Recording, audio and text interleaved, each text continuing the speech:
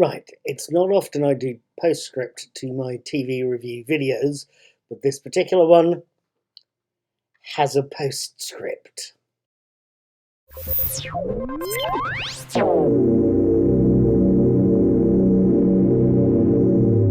Right then, hello, good morning, good evening, good afternoon, whatever it is, wherever you, yes, you, happen to be. My name is Paul, I'm also called Knick-Knack. I'm the brains behind Knick-Knack's Daily Teaser, and you will see that floating around on YouTube if you look for it and follow the various links. I've also got a tip jar, so if you like what you see, please feel free to be generous. I also talk about movies I've seen, and I really should sit in with one. I know the new version of Hellraiser is due out soon, so I want to try and maybe catch that, at least to do something other than watch TV, which is a third thing I do a lot. I watch TV shows, and the ones I tend to like are the ones I tend to try and tell you about.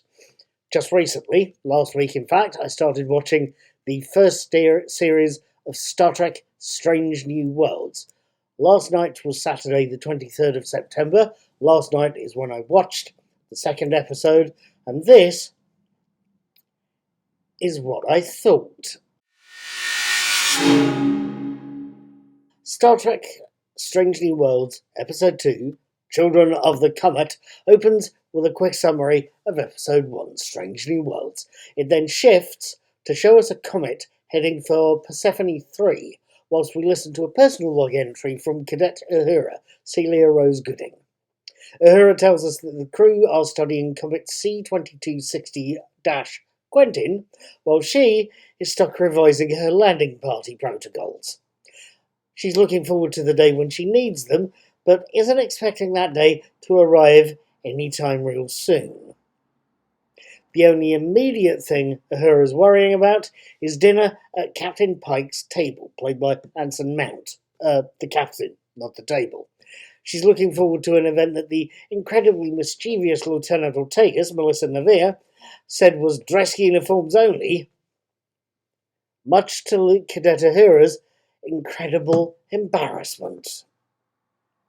The uniform faux pas isn't her biggest. It's that is quietly admitting she's not sure Starfleet was her wisest career choice. After dinner, we see Captain Pike and Number 1, Rebecca Romaine, talking about Pike's premonitions of his oncoming death, of how he dies, and awareness of what's to come, until he and Number 1 are called to the brig by Lieutenant Spock, Ethan Peck. The ship's science officer has discovered a problem with the comet. Going by the computer simulations he's run, the comet is going to hit Persephone 3 in 2 days' time with a humongous loss of life. Given that, Captain Pike feels their only option is to put 4 ion engines on the comet with photon torpedoes, fire the engines in sequence, and let those engines guide that comet away from the dangerously close planet. The only problem there, Comet C-2260-Quentin blocks the torpedoes with a force field. Cadet Uhura's abilities as a linguist and in translating things are going to be needed in the landing party, a thing she hadn't expected would come so soon, especially given there's things that need translating on that comet. Now, what did I make of Children of the Comet? I have to admit, the first episode of this season, Strange New Worlds, was a great little introduction. It really was. Both to the major characters, the general background universe, and to the USS Enterprise, and what they're all trying to do. That's something reinforced in this episode from the minute the opening credits roll. Strange New Worlds version of the theme tune, or Strange New Worlds theme tune, I should say, one that borrows heavily from the original series theme, includes its own specific variation of the Space the Final Frontier monologue. These are the voyages of the USS Enterprise thing. We have Anson Mount doing a version of that. It's something I, as a fan of the franchise, found very reassuring. And it's also served as a very good reminder of what the ship's doing. It's going out and exploring the galaxy. So it does that right from the get-go. And that, and the pre-title sequence I've described here, introduce a riveting little episode. From the minute those credits phase, the episode shows us a landing party struggling with being trapped on a comet that's got an intriguing problem to solve. An intriguing problem to solve before they can get off, combined with the captain and his crew facing the comet's alien worshippers, determined to make sure no one interferes with the thing and no one gets off. Frankly, Children of the Comet is a very well-made episode. It's one that introduces us to a couple of new characters. George Kirk, Captain Kirk's brother, for one, and Chief Engineer Hemmer, for another. And it gives us a great deal more depth to the much-loved fan favourite, Yota Uhura. It's a beautiful thing to watch, and one that leaves me wanting to see the next episodes, Ghosts of Illyria, quite soon.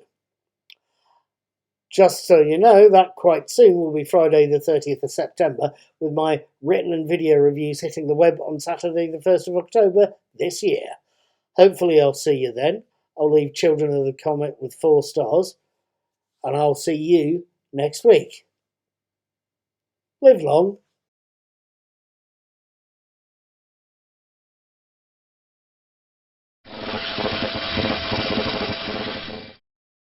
Right, just as a final postscript, or possibly two.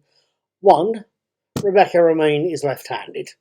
I'm a southpaw myself, and I tend to notice that sort of thing. Strange, but true. Secondly, and it's just as a mild point for the serious Star Trek wonks out there, I couldn't help but notice that one of the production crew was a key scenic. It's something in the set department, I believe, a supervisor, called James Kirk, which struck me as mildly funny given the original series was about Captain Kirk, and this episode's got his big brother, Sam Kirk, lurking around in it. What also struck me as equally funny, and this is probably equally as geeky, is simply that the music episode for this episode was called Matt Decker, and he shares his name with Commodore Matt Decker, who was a character in the original series episode The Doomsday Machine. Coincidence? I honestly couldn't tell you. It's just something I noticed.